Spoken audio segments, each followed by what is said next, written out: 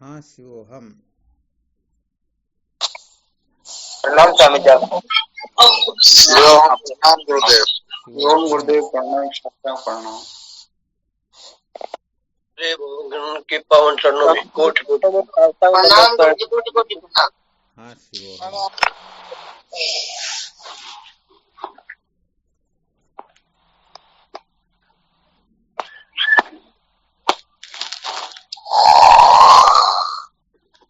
क्या विषय चल रहा था अपना? संसार को बनाए रखकर कभी भी सत्य का साक्षात्कार नहीं किया जा सकता। बहुत अच्छी बात है।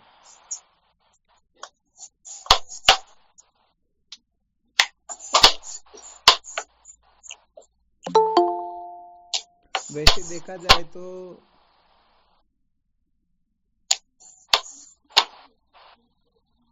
जिस वस्तु का हम त्याग करना चाहते हैं ना, उसका चिंतन ज्यादा ही होता है। जैसे प्रतिदिन सबसे पहले इसी सूत्र का उच्चारण करते हैं कि संसार को बनाए रखकर कभी भी सत्य का साक्षात्कार नहीं किया जा सकता, परंतु अपने में होता यही है। अर्थात संसार को बनाए रखने की जो वासना है वो शांत होती ही नहीं।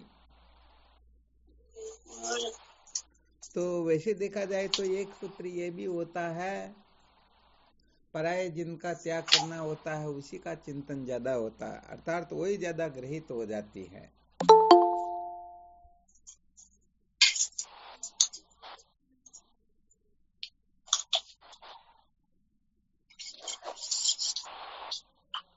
अधिष्ठान ज्ञान के बिना सत्य कहे तो दुखों की निवृत्ति नहीं होती है। जैसे रज्जु में प्रतीयमान सर्प को यदि हम नष्ट करने के लिए जाए, उसके लिए किसी भी प्रकार का विकल्प सोचे तो बताओ, ये सर्प की भ्रांति को और अधिक पुष्ट करता है या नहीं करता है? करता है गुरुदेव जी। हाँ, और करता है अधिक गुरुदेव करता जी। है। क्योंकि वहां सर्प नहीं है, फिर भी हम सर्प को स्वीकार कर रहे हैं, सर्प को सत्य समझ रहे हैं। और सर्प को सत्य समझ रहे हैं तभी तो कुछ न कुछ करने के लिए दौड़ रहे हैं। जी गुरुदेव। और यदि अधिष्ठान ज्ञान हो जाए तो ये आना जाना कुछ महत्वपूर्ण रहेगा क्या? नहीं रहेगा गुरुदेव। नहीं रहेगा गुरुदेव। हाँ, ये कुछ भी महत्वपूर्ण रहेगा ही नहीं।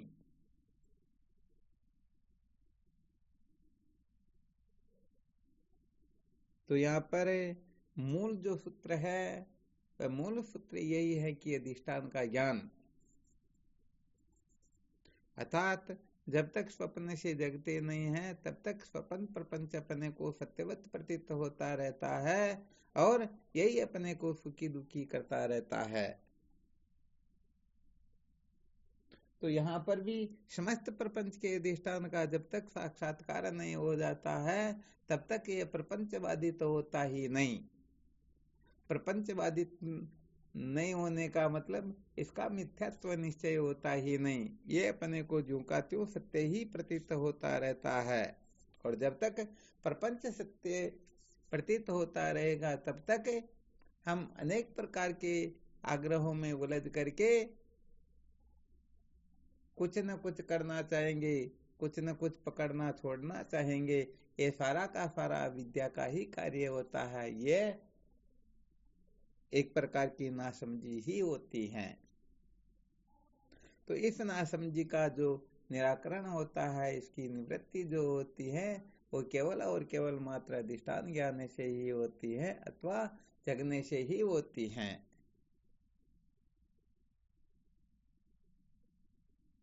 देखो, थोड़ा विचार करके जब सत्ता का चित्ता का आनंदता का विवेक किया जाता है तो सत्यचित आनंद कौन सिद्ध होता है?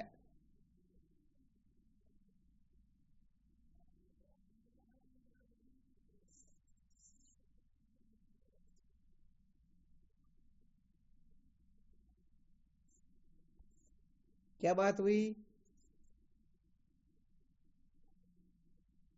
किसी को इसका मतलब ऐसा बोध नहीं हुआ ना। अपन ही सिद्ध होते हैं। अरे मैं स्वयं सच्चित आनंद रूप हूँ, और कौन मेरे सिवाय अलग सच्चित आनंद रूप हो सकता है। जी। हाँ, तो इसको थोड़ा ठीक तरह से अपने को निश्चय इस प्रकार से करना कि यहाँ कुछ गड़बड़ घोटाला हो ही नहीं।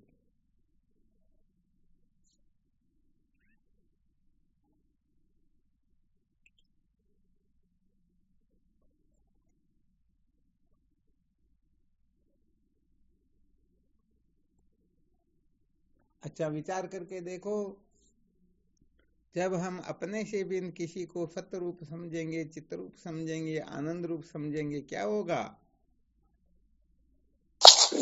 दुख होगा गुरुदेव। और क्या होगा?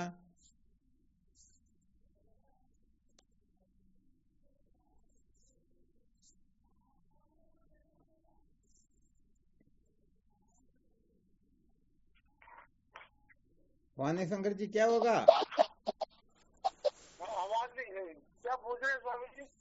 हम अपने से भी किसी को सत्यचित आनंद रूप समझेंगे तो क्या होगा? दुखी होगा स्वामी।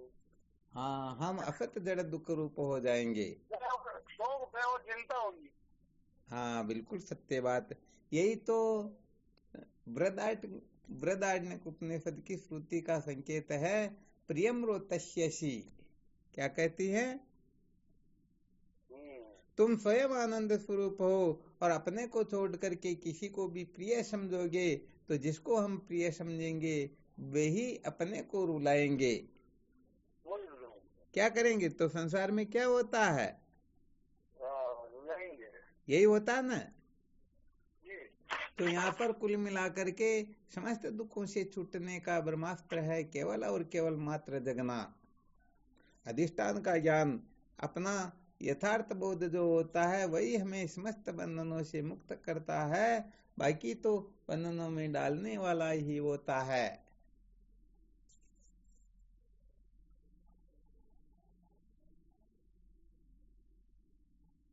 तो चलो यहाँ थोड़ा और विचार करके देखते हैं कि हम सचमुच में अपने को सच्चित आनंद रूप समझते हैं या नहीं समझते हैं। तो कल सुना रहे थे संत महापुरुषों का महात्म्य। क्या सुना रहे थे? संत महापुरुषों का महात्म्य। संतों का महात्म्य। तो देखो, संतों के महात्म्य में सुना रहे थे, जब तक हम अपने को संत महापुरुष जैसे हैं वैसा बनने की ठान नहीं लेते हैं, निश्चय नहीं कर लेते हैं, तब तक सचमुच में ये दीनता हीनता कभी निवृत्त होती ही नहीं। तो सर्वप्रथम हमें अच्छी तरह से निश्चय कर लेना चाहिए, यदि हम अपने जीवन को धन्य बनाना चाहते हैं, सत्य का साक्षात्कार करना चाहते हैं, अंत में पछताना नहीं चाहते हैं, जीवन को सफल बनाना चाहते हैं, परम पुरुषार्थ से वंचित नहीं रहना चाहते हैं, जीवन मुक्त, ये जीवन मुक्त बहुत ऊंची कक्षा होती है। सचमुच में जीवन मुक्त होना हो तो संतों के संग की आवश्यकता होती है, अर्थात संत जैसे है वैसे अपने को ही होना होता है। तो संत जैसे हैं हम वैसे हो सकते हैं या नहीं, इसके लिए कुछ सूत्र प्रस्तुत करते हैं, ध्यान रखना है ना। अच्छा, विचार करके बताओ, जब हम ऐसा निश्चय करते हैं मुझे भी संतों के जैसा बनना है, संत जिस स्थिति में स्थित है उनको जैसा अनुभव है वैसा का वैसा अनुभव मुझे भी करना है, तो इसका मतलब ये हो गया ना, संत महापुरुषों को जो अनुभव है या जो वस्तु प्राप्त है उससे श्रेष्ठ कोई वस्तु होती ही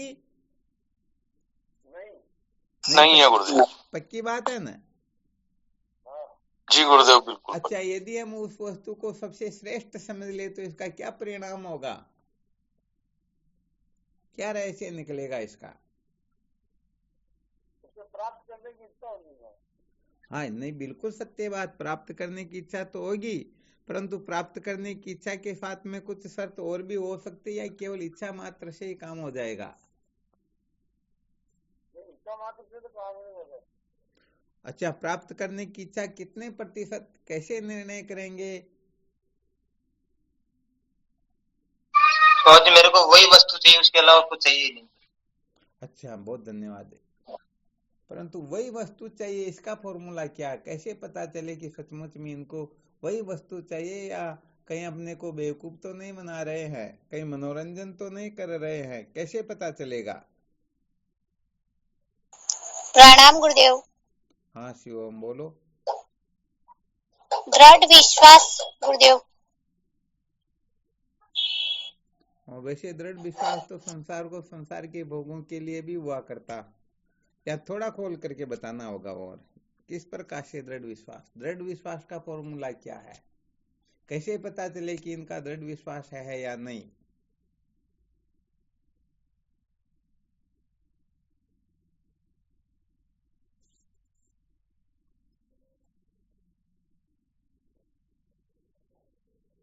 प्रणाम गुरुदेव। उसकी पहचान तो गुरुदेव ही बता सकते हैं। ये गुरुदेव तो उपदेश करेंगे, यदि उनका दृढ़ विश्वास होगा तो।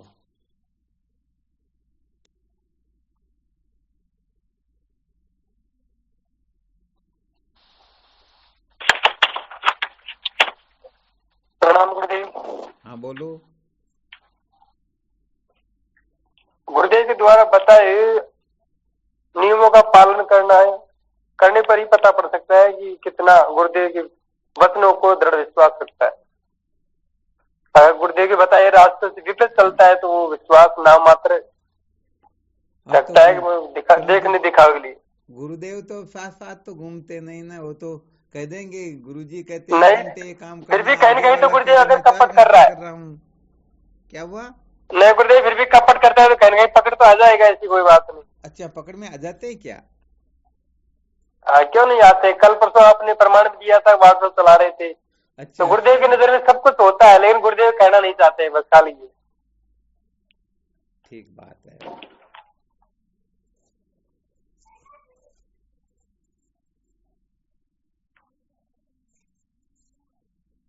बहुत अच्छी बात। और कोई?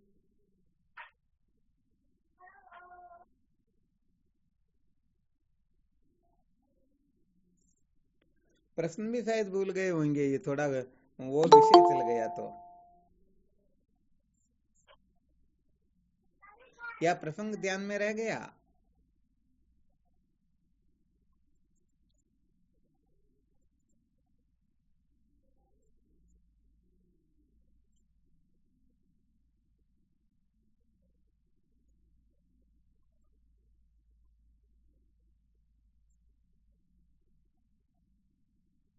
किसी को ध्यान नहीं है क्या? प्रणाम स्वामी। हाँ शिवम, क्या प्रश्न था?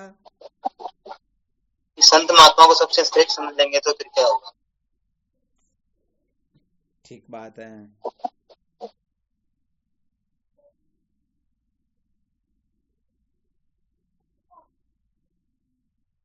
गुरुदेव, हमें कैसे पता चलेगा कि हम श्रेष्ठ हैं? नहीं, संत हम श्रेष्ठ ये तो पता फिर बाद में लास्ट में चलेगा। अभी तो संत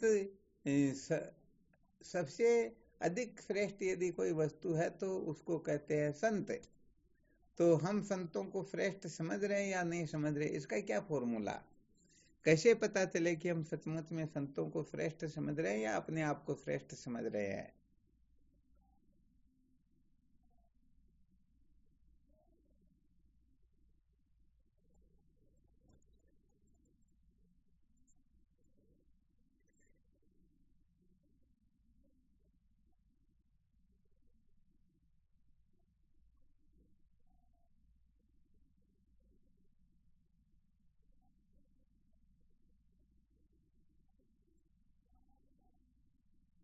अरे बस ये इतना सा भी नहीं आ रहा क्या?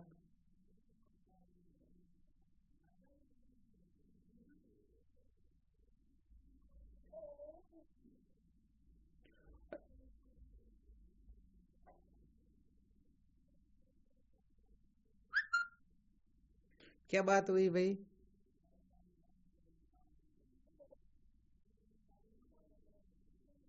चलो, संतों को हम कितने प्रतिशत श्रेष्ठ समझते हैं ये तो बता सकते हैं ना?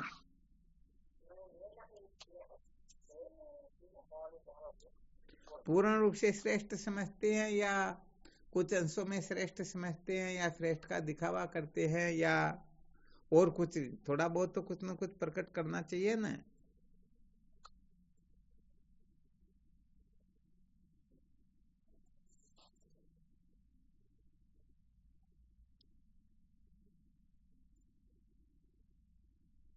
समझते तो स्वामी जी पूर्ण रूप से समझेगा जब सब दुखों की निवृत्ति हो जाएगा। क्या बात है, बिल्कुल सत्य बात। पूर्ण रूप से श्रेष्ठ समझेंगे ना, तभी हम पूर्ण रूप से संतों के जैसा बन पाएंगे। बिल्कुल आई। हाँ, बहुत बहुत धन्यवाद। ओम जी महाराज ने बहुत अच्छा संकेत दिया। पूर्ण रूप से समझे बिना तो काम चल नहीं सकता।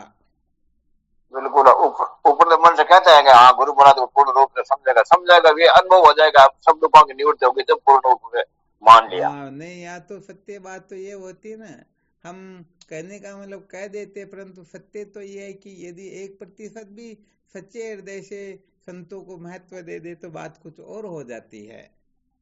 जय हो, जय हो।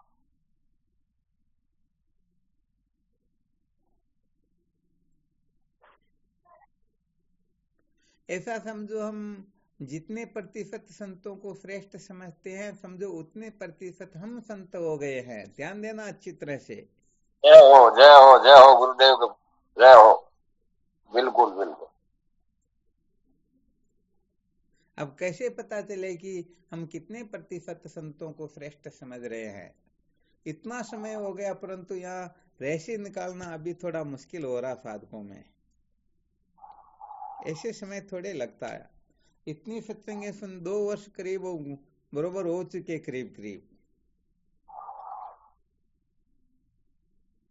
और जो जो सूत्र बताए जाते कि किस प्रकार से कौन सा दाव पेच कैसे खेला जा रहा, कैसे सूत्र बताए जा रहे, किस प्रकार से सिद्ध किया जा रहा, तो थोड़ी बहुत तो अटकल आ जानी चाहिए ना। अटकल नहीं आ रही, इसका मतलब जैसी श्रद्धा निष्ठा तत्परता होनी चाहिए वैसी है नहीं।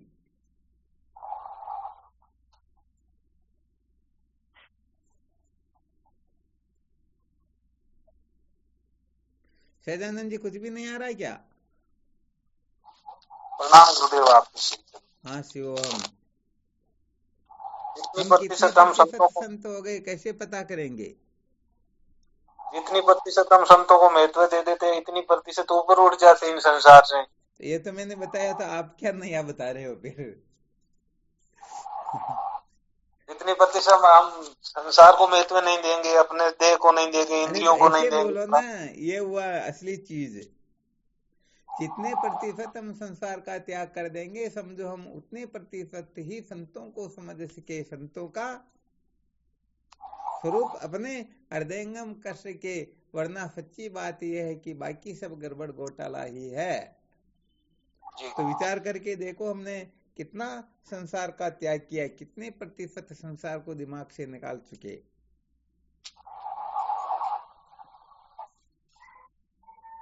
भाई, जो श्रेष्ठ वस्तु होती उसी की ओर तो प्रवृत्ति होती, उसे ही तो पाना चाहते हैं।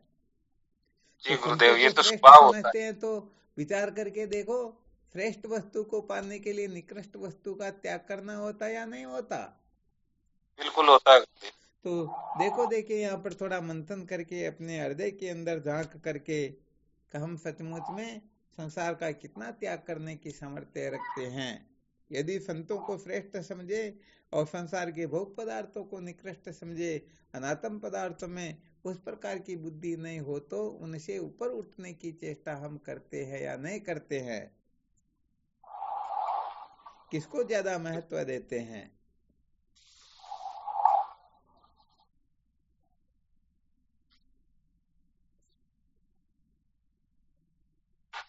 वैसे देखा जाए तो गुरुदेव ये तो कहने एक मात्र का ही है, और वास्तव में महत्व तो संतों को नहीं, हम संसार को देते हैं। जय हो, यह बात सही है।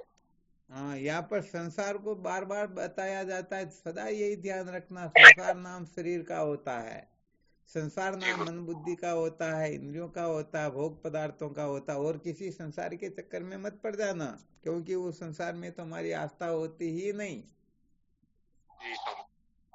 असली संसार अपनी कल्पना होती है, अपना मन होता है।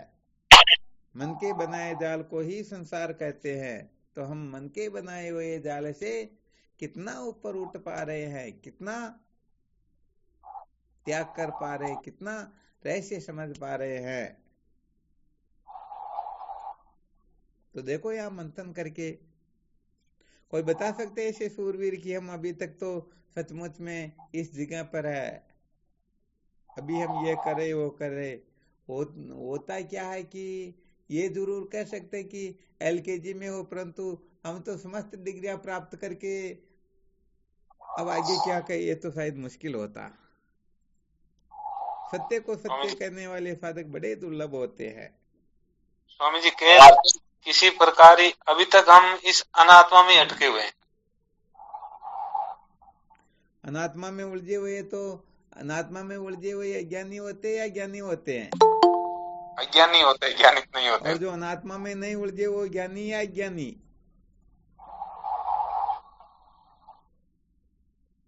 वो कुछ तो ज्ञानी है ही, पूरा तो ज्ञानी नहीं। और अरे तो तुम्हारे लिए नहीं कह रहे हैं, तुम्हारा तो पहुंच लिया ना, संतों के लिए कह रहे जो अनात्मा में नहीं उलझते वो तो ज्ञानी है या नहीं?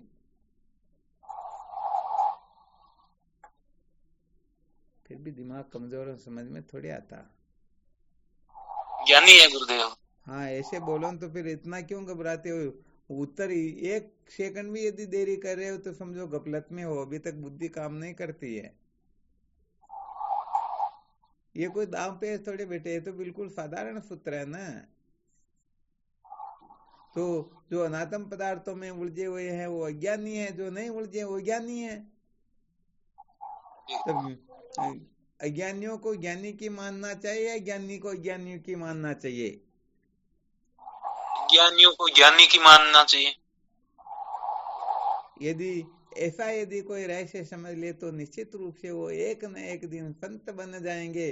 और यदि कोई ऐसा सोच ले नहीं नहीं ज्ञानी हमारी माने हम जैसा कहे उस प्रकार से, तो बताओ सचमुच में गड़बड़ घोटाला हो जाएगा या नहीं होगा? तो स्वामी जी फिर मूर्खता का महामूर्खता हो जाएगी। हाँ तो वैसे अपने ग्रुप में तो ऐसे कोई है नहीं, परंतु फिर भी अपने को बहुत अधिक सावधान रहना है कि हम सचमुच में मानना चाहते हैं या मनवाना चाहते हैं, जानना चाहते हैं या जनवाना चाहते हैं।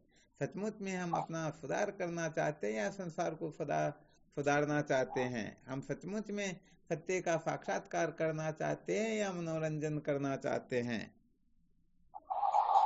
तो अनात्म पदार्थों को महत्व देना ही मनोरंजन होता है, और इनको महत्व नहीं देना ही सत्य के साक्षात्कार की ओर प्रवृत्त होना होता है।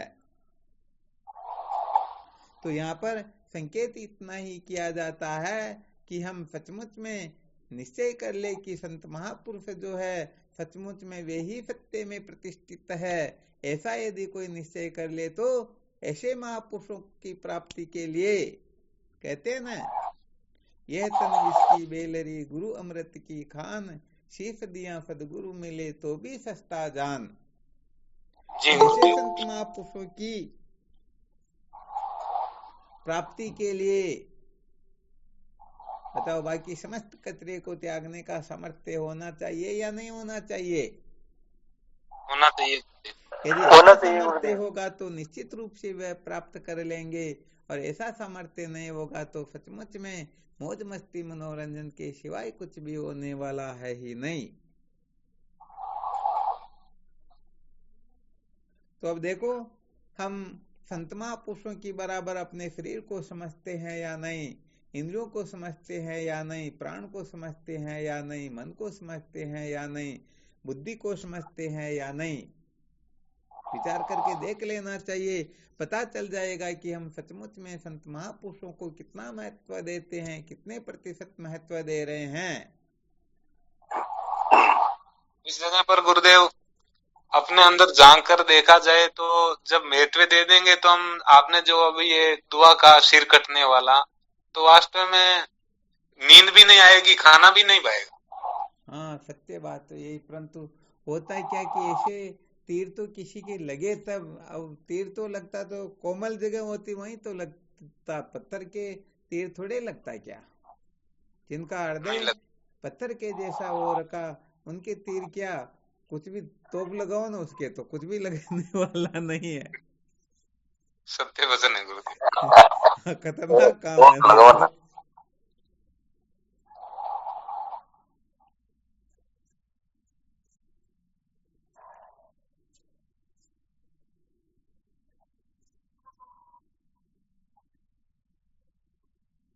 समझना पड़ेगा, सच्ची बात यह है। और समझना कहाँ तक, सत्य की जिज्ञासा जागृत हो तब तक। सचमुच में जितने भी पूर्व पक्ष खड़े होते हैं ना, सिद्धांत को ठीक ठीक तरह से न समझने के कारण ही होते हैं। यदि कोई सिद्धांत को ठीक ठीक समझ ले तो समस्त शंकाओं का निराकरण हो जाता है। शंका नाम की कोई वस्तु शेष रहती ही नहीं।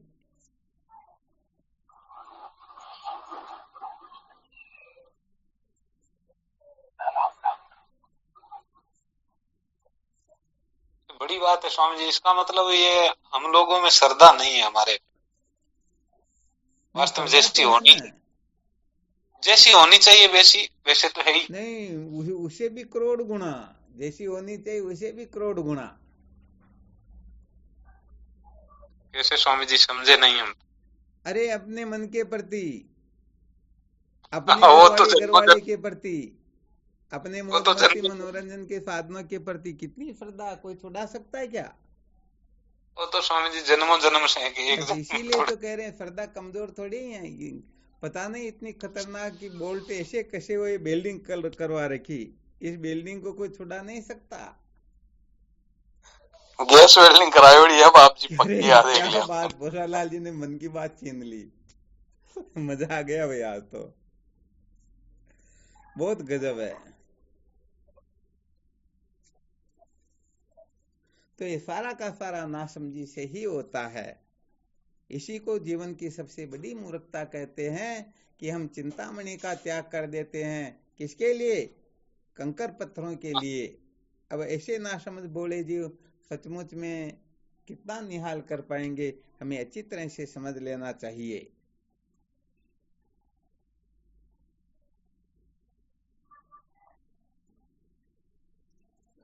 तो देखो यहाँ पर जो संकेत दिया जा रहा है, केवल और केवल मात्र सत्य में निष्ठा करवाई जा रही है, सत्य के प्रति ही आस्था करवाई जा रही है। बाकी के जितने भी मील के पत्थर है, वहां पर यदि कोई अटक गया, धर्मशाला में ही अच्छी सुख सुविधा दे करके मालिक बन गया, पागल हो गया, तो उसे निश्चित रूप से जेल ही जाना होगा। वो जन्म मृत्यु की श्रृंखला में ही भटकेगा। उसे सत्य का साक्षात्कार कभी भी होने वाला है ही नहीं।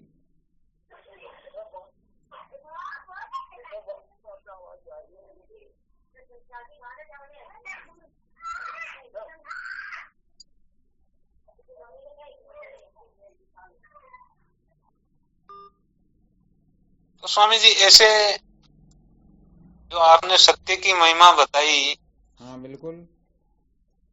तो स्वामी जी ये हमारा जो मन है ये सत्य की ओर अग्रसर होता क्यों नहीं है? फिर ऐसा सत्य है, इस प्रकार से वो आनंद रूप है। अरे कीचड़ को कीचड़ समझे तभी तो थोड़ा बहुत इधर उधर होना होता है। हम तो गंगाजल समझ करके बैठे हैं ना।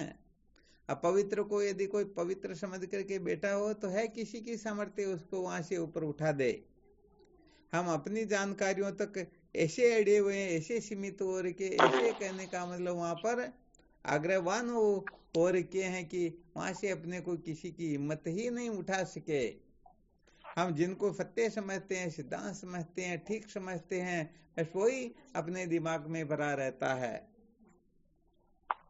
सत्य कहे तो अपने से संसार छूटता नहीं, और यदि कोई संसार को छुड़ाने की चेष्टा करे तो हम उसे सबसे बड़ा शत्रु समझ लेते हैं। क्या समझ लेते हैं? शत्रु ही समझते हैं। शत्रु। हाँ ये बिल्कुल पक्का, ये अच्छी तरह से समझो। हम ऐसे बंधे हुए हैं कि इस जगह पर शायद बड़ा मुश्किल हो जाता है।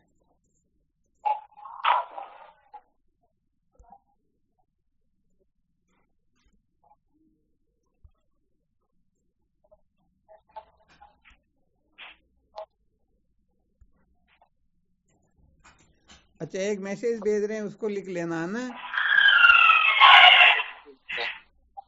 मैसेज आया क्या? मैसेज तो आ गया स्वामी, हाँ गुरुदेव आ गया। आ गया ना? आ गया मैसेज तो। बस यही कारण होता है कि हम इस रहस्य को समझ ही नहीं पाते।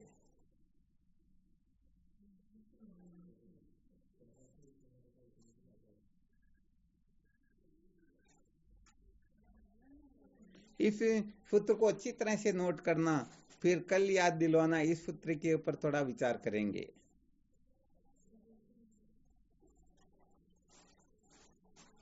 जी गुरुदेव।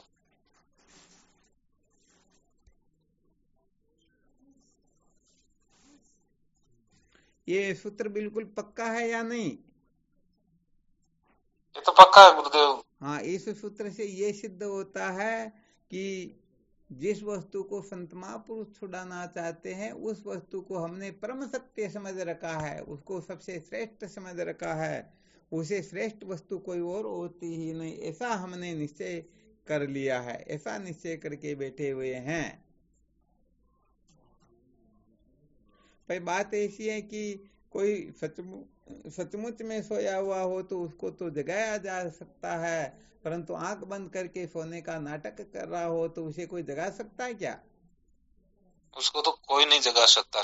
तो सत्य बात तो यह है कि अनात्म पदार्थों में हमारी इतनी आस्था बैठी हुई है कि हम उस जगह से टस से मस भी नहीं होना चाहते हैं, थोड़ा बहुत इधर उधर नहीं होना चाहते हैं। तो सत्य बात यह है कि जब हम अपनी जानकारियों को परम सत्य समझ लेते हैं, वहां अटक जाते हैं, तो फिर तो आगे की कक्षा स्वप्न में भी मिलने वाली है ही नहीं। मिलने वाली है क्या? नहीं मिलने वाली है हाँ, गुरुदेव। इसलिए सबसे नहीं है पहले गुरुदेव। हमने जो जानकारियां एकत्रित कर रखी, जिस जगह पर हम अटके हुए हैं, जिसको महत्व दे रहे हैं, अच्छी प्रकार से श्रुति युक्ति अनुभूति से निर्णय लेकर के देखे, विचार करके मंथन करके अच्छी तरह से रहस्य निकाल करके देखें, क्या यही जीवन का सार है? क्या इसी के लिए मानव जीवन मिला हुआ है? क्या यही अंतिम कक्षा है? क्या इसको बनाए रखकर हम सत्य का साक्षात्कार कर लेंगे? तो भाई यहाँ पर तो सत्य बात कहें तो हमारे में यदि सामर्थ्य नहीं है तो बड़ा गड़बड़ घोटाला हो जाएगा।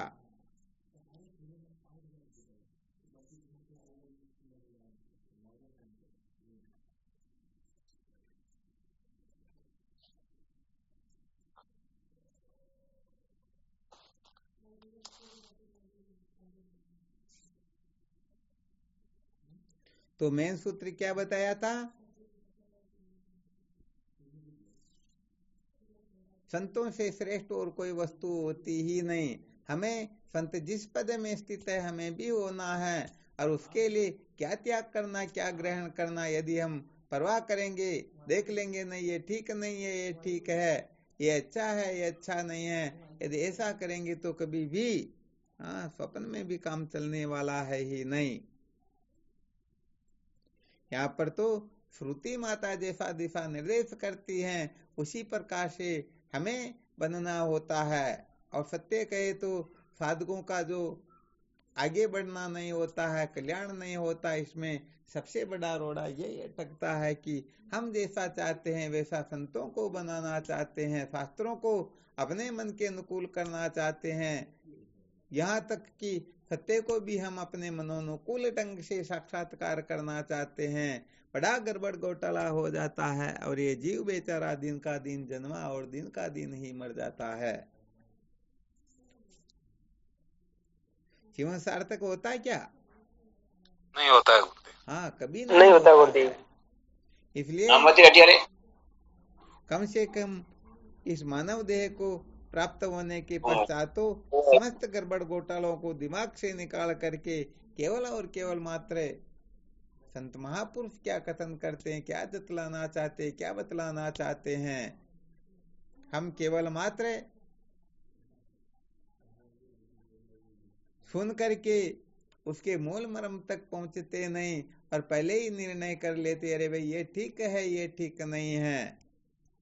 और जब महाराज कोई सोच लेते हम जो सोच रहे ये ठीक है वो ठीक नहीं है, तो फिर उनको शायद गुरुओं की, संतों की, सत्संग की, शास्त्रों की आवश्यकता भी शायद नहीं होगी, क्योंकि जब वो जानते हैं कि हम जो जान रहे हैं, मान रहे हैं, जो कर रहे हैं यही ठीक है, तो फिर सत्संग का महात्म्य उनके लिए किसी प्रकार से रहता ही नहीं, क्योंकि जो सत्संग को महत्व देते हैं वो सत्संग संत शास्त्रों के अनुसार अपने को बनाने की कोशिश करते हैं, न कि शास्त्रों को अपने मनोनुकूल ढंग से तोड़ मरोड़ करके प्रस्तुत करने की करते हैं। हाँ, शायद आपको पहले दृष्टांत सुनाया था। कोई पंडित 12 वर्ष से किसी राजा को शास्त्र का स्वाध्याय करवा रहे थे। एक बार क्या होता है, पंडित जी को कोई आवश्यक काम था, कहीं बाहर जाना था। उनका बेटा बड़ा हो गया था, बेटे को कभी कभी साथ ले जाया करते थे, उसे भी थोड़ा समझा रखा था। और जो पढ़ना जानते उनको तो क्या पुस्तक दो, अर्थ वगैरह कुछ करना नहीं, उनको तो सुनाना तो सुना देंगे, और क्या जो लिखा वैसा का वैसा। जी गुरुदेव। तो पंडित जी ने उनको ट्रेंड कर रखा था। कहा बेटे आज मेरे को कोई आवश्यक काम है, तेरे को आज ये मेरी जगह पर 1 घंटे के लिए तेरे को पढ़ करके सुनाना है। राजा का स्वभाव रोज सुनते हैं, 12 वर्ष हो गए सुनाते हुए, तो तेरे को ये काम करना। उसने कहा पिताजी कोई चिंता नहीं करना आपको, मैं सब कुछ कर लूंगा। और वो बच्चा गया तो उसको क्या पता है कि कैसे पढ़ना होता, उसमें जैसे लिखा हुआ था वो जैसा का तैसा पढ़ने लग गया। तो एक जगह पर वर्णन आता है, यदि कोई तिल भर मछली खा करके, तिल भर मछली खाए के कोटि गवदे दान, काशी करवत ले मरे तो भी नरक निदान। अर्थात इतना सा ऐसा कर लेता, फिर चाहे कुछ भी क्यों न करे, फिर भी उसे नरकों में जाना पड़ेगा। जब ऐसा राजा ने सुना तो राजा साहब तुरंत खड़े हो गए और उस बच्चे को कहा, रे भाई तू क्या बोलता, कम से कम इसमें जो लिखा हुआ वो पढ़ा ना, तुम्हारे हिसाब से क्या उल्टा सुल्टा बोल रहे हो। 12 वर्ष हो गए मेरे को इसे सुनते हुए, आज दिन तक ये शब्द आया ही नहीं, और आज कैसे आ गया। उस बच्चे ने कहा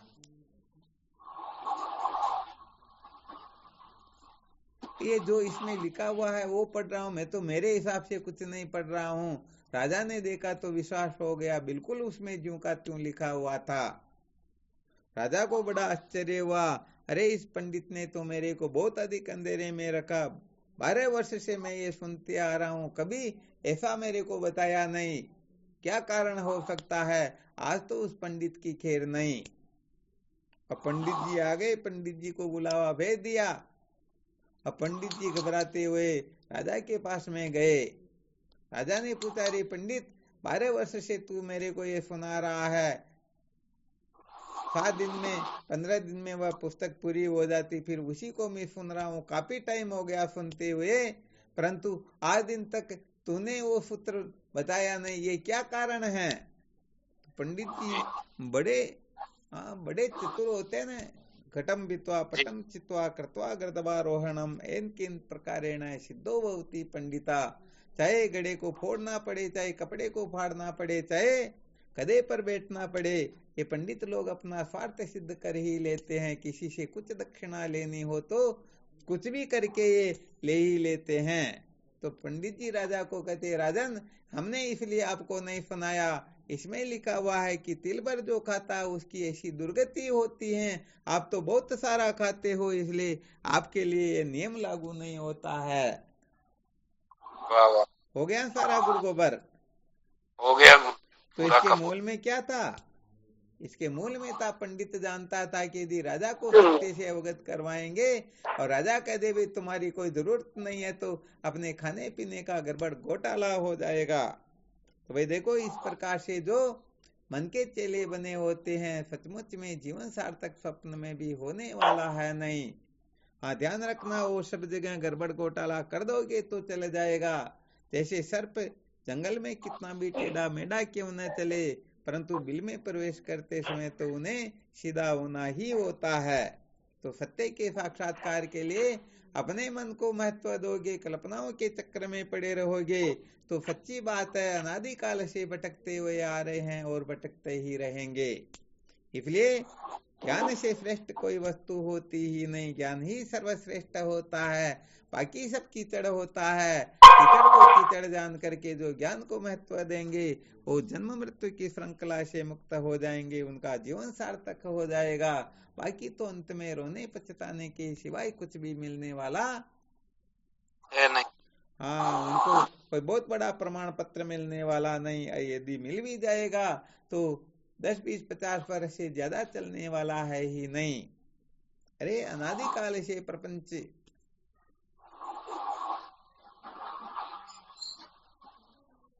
अपनी धारा में बहता हुआ आ रहा या नहीं आ रहा?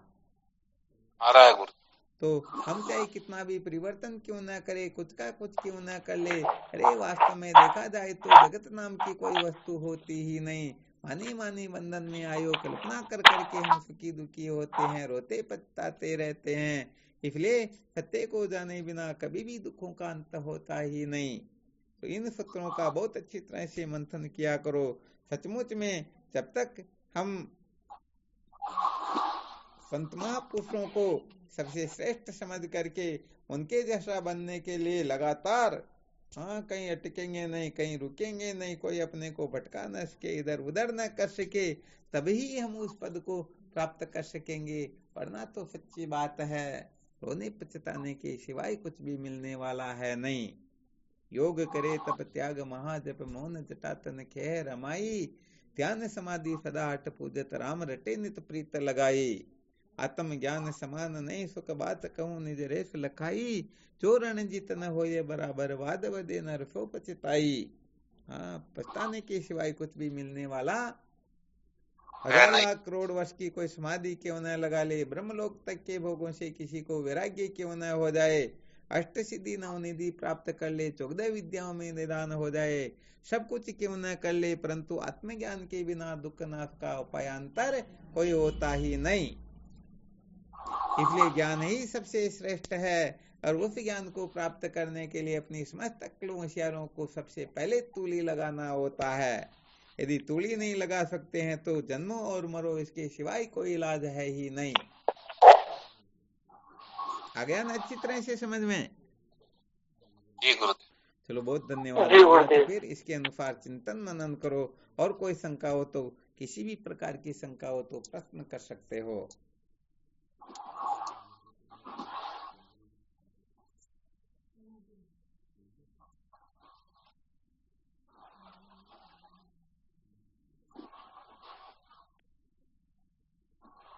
स्वामी जी, अंतों जन्म बीत गया, जिसके लिए हम जन्मते मरते आ रहे हैं, ये भोग रहे हैं, इससे छूटने के लिए, साक्षात्कार करने के लिए जो जिज्ञासा जागृत होती, इसके लिए हमें क्या करना होगा, ताकि वास्तव में ये सत्य जो जानने की जिज्ञासा और इस दुखों से छूटने की तीव्र लगन हो। तो जो जगे हुए ऐसे महापुरुषों का संग करो, जो बेचारे रो रहे उनका संग करके हम क्या निहाल हो जाएंगे। इसीलिए संतों के संग की आवश्यकता होती है। भाई डॉक्टर का संग करेंगे तभी तो डॉक्टर बन पाएंगे। जी गुरुदेव। ऐसे जो सचमुच में जगे हुए महापुरुष है, ऐसे महापुरुषों की खोज करो और समस्त अक्ल होशियारी का त्याग करके उनके अनुसार बनने की चेष्टा करो।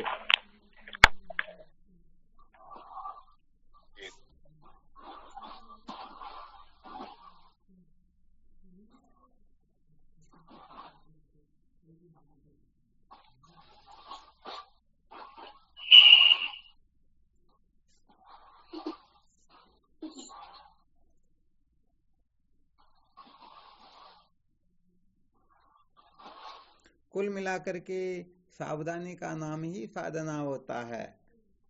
24 घंटे जो सावधान रहेंगे, हम उत्थान की ओर जा रहे हैं या पतन की ओर जा रहे हैं, किस समय क्या करना होता है, किस समय क्या करना नहीं होता है, यदि यहाँ सावधान रहेंगे तो जीवन की बाजी को जीत करके चले जाएंगे। और किस समय क्या करना और क्या नहीं करना विपरीत कर देंगे तो सचमुच में अंत में रोने पछताने के सिवाय कुछ भी मिलने वाला है ही नहीं।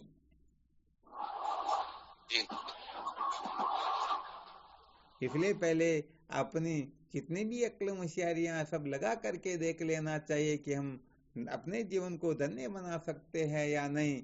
यदि नहीं तो फिर महापुरुषों की शरणागत होकर के अपनी समस्त अक्ल होशियारियों को त्याग देना चाहिए, उनको सचमुच में सम्यक प्रकाश से दिमाग से निकाल देना चाहिए, तभी हम जीवन को धन्य बना सकते हैं।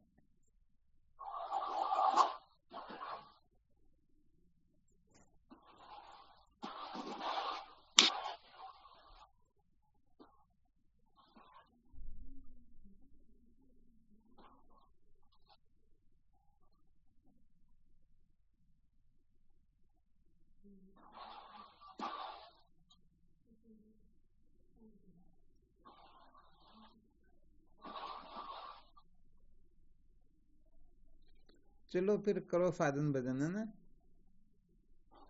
और कोई शंका हो तो बोलो। शिवोहम गुरुदेव जी। हाँ, नमो नारायण। शिवोहम।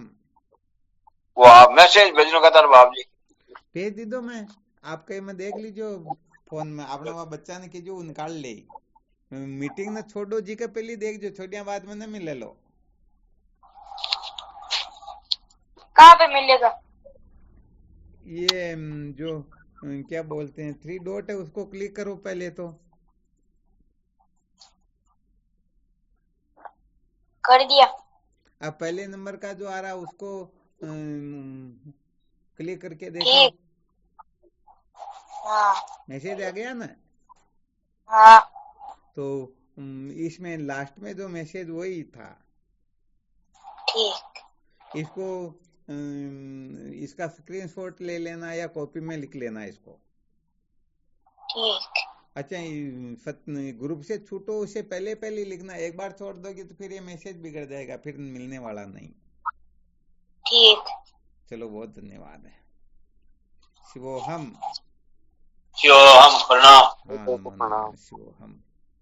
प्रणाम गुरुदेव। शिवोहम। हाँ जी, कोटि प्रणाम।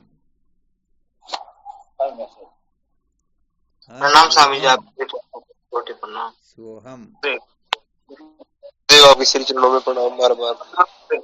हाँ, शिवोहम। भगवान के कोट कोट शिवोहम।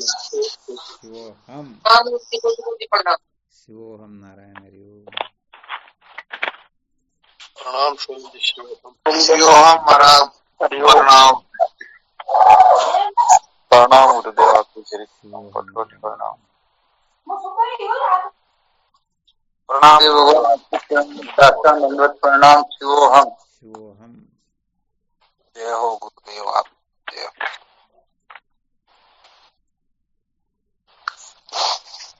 शिवोहम गुरुदेव। शिवोहम। हाँ, शिवोहम। प्रणाम स्पर्श। शिवोहम।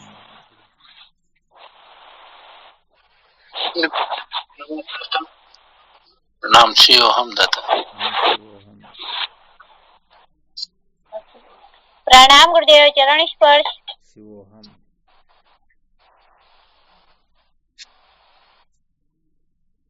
प्रणाम शिवोहम। शिवोहम।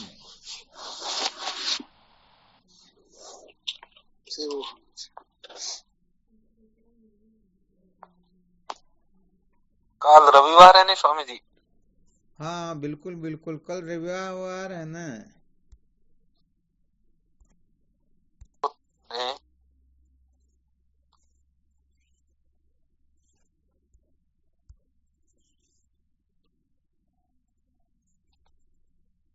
ये मौका मिलने वाला नहीं है भाई दोबारा अपने को।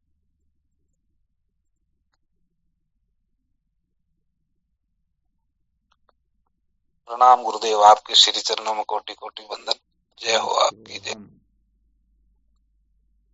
प्रणाम गुरुदेव। शिवोहम। शिवोहम।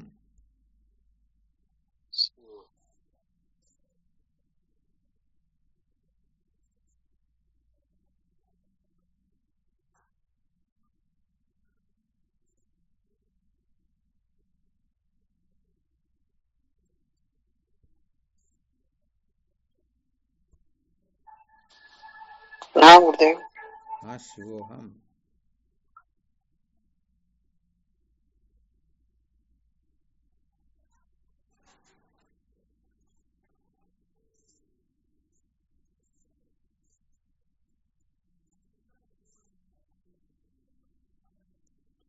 ठीक से वो हम